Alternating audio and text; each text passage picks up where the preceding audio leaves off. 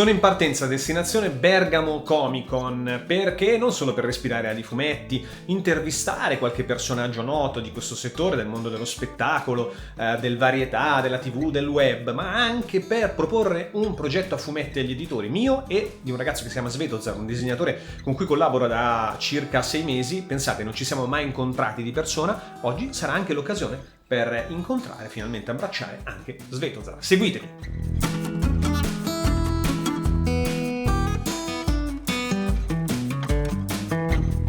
E allora, destinazione Bergamo, dove andremo a proporre il nostro straordinario fumetto, il più bello degli ultimi 3 giorni. Non sto guidando io, mi raccomando, quindi è tutto in assoluta sicurezza questo video, perché sta guidando lei, come potete vedere, Cecilia. Ciao Cecilia, che oggi ci accompagna e sarà parte fondamentale di questa missione, perché comunque anche lei avrà come missione quella di trovare un editore per noi, giusto? Yes! E quindi si va al Bergamo Comico.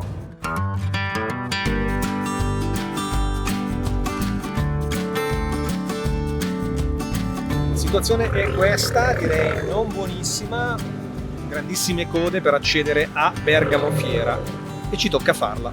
Finalmente ce l'ho fatta all'ingresso del Comic Con, dove c'è una fila e una ressa non indifferente, e mi sono chiesto: vuoi venire qui al Comic Con di Bergamo e a non intercettare qualche autore? E allora sono andato a cercarli, chiedendogli una domanda semplicissima, una la stessa per tutti: perché il fumetto salverà il mondo? Perché questo accadrà, niente intelligenza artificiale, modernità, altro. No, il fumetto salverà il mondo, ne sono assolutamente convinto. Tu dici che ha una funzione salvifica di tutto quello che sta succedendo? Alla fine non è il fumetto, è la narrazione, no?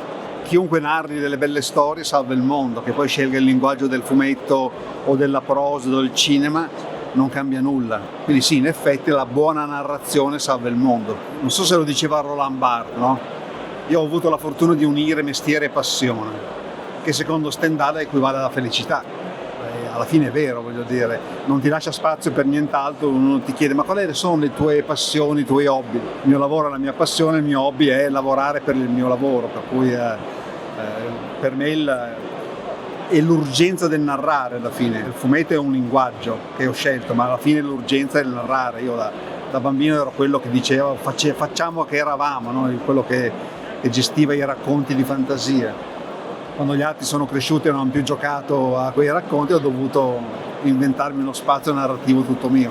Il problema è che non so se si salverà il mondo. Diciamo che è l'ultimo posto rimasto dove si può raccontare davvero abbastanza liberamente. C'è una varietà di espressioni, storie, di cose, senza che ci siano per forza censure sopra. Diciamo che può essere uno spazio libero, non in tutti, diciamo, i settori del fumetto così, ma ci sono delle isole molto felici.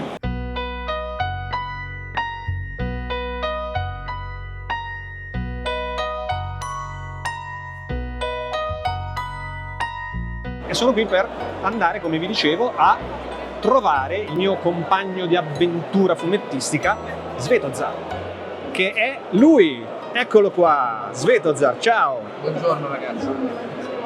Un po' spoiler, come dice il buon Sveto, ma queste sono le tavole originali del nostro fumetto. Le vedete, veramente bellissime.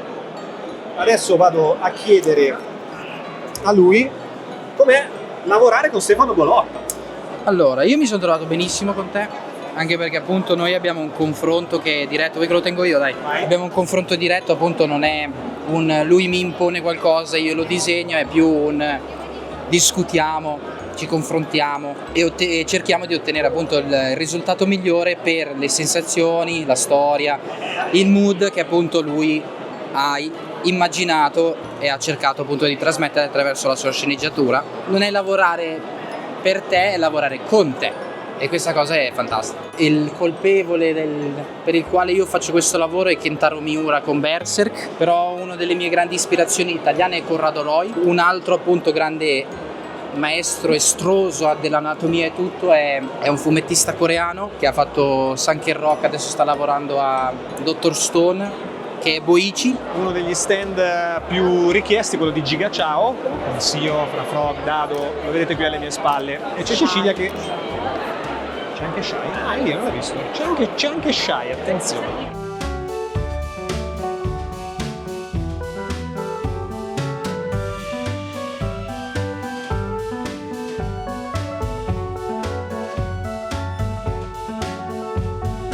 Gigi Cavenago, io mi sto pisciando addosso dall'emozione perché ti chiedo perché il fumetto salverà il mondo.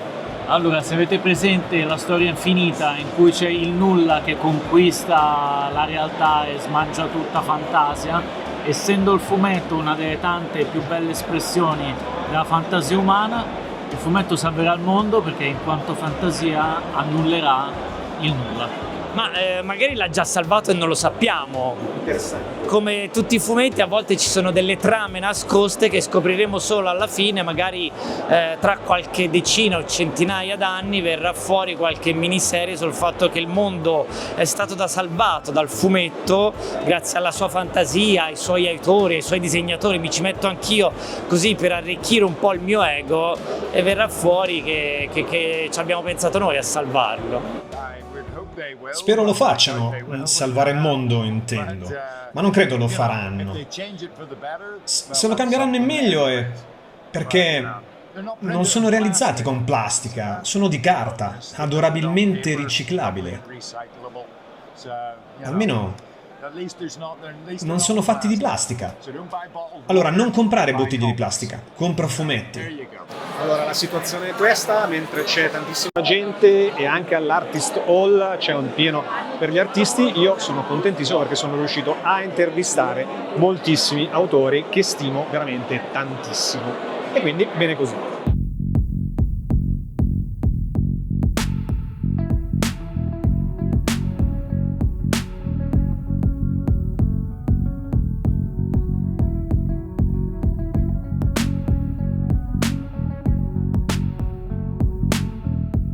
Questa è la mostra dedicata a Tannino Liberatore, come potete vedere ci sono davvero molti suoi lavori, gran parte dei suoi libri, è veramente molto molto bella.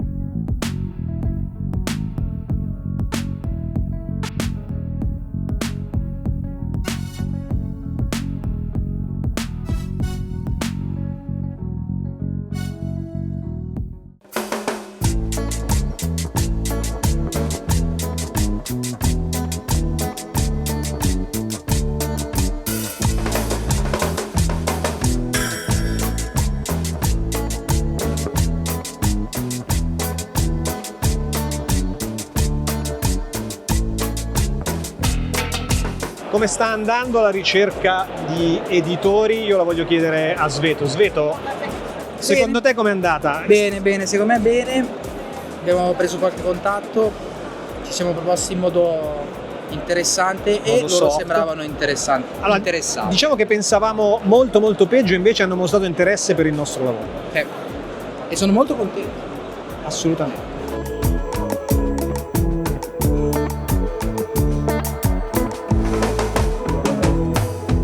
Devo dire, è veramente un'esperienza molto bella essere qui al Comic Con di Bergamo, siamo riusciti ad avere contatti molto positivi, a conoscere un sacco di persone interessanti, sono riuscito a intervistare autori che sono anche miei idoli, quindi sono sicuramente molto soddisfatto. Che dire, venite in queste fiere, fate girare il fumetto, il mercato del fumetto e non solo, perché è estremamente importante.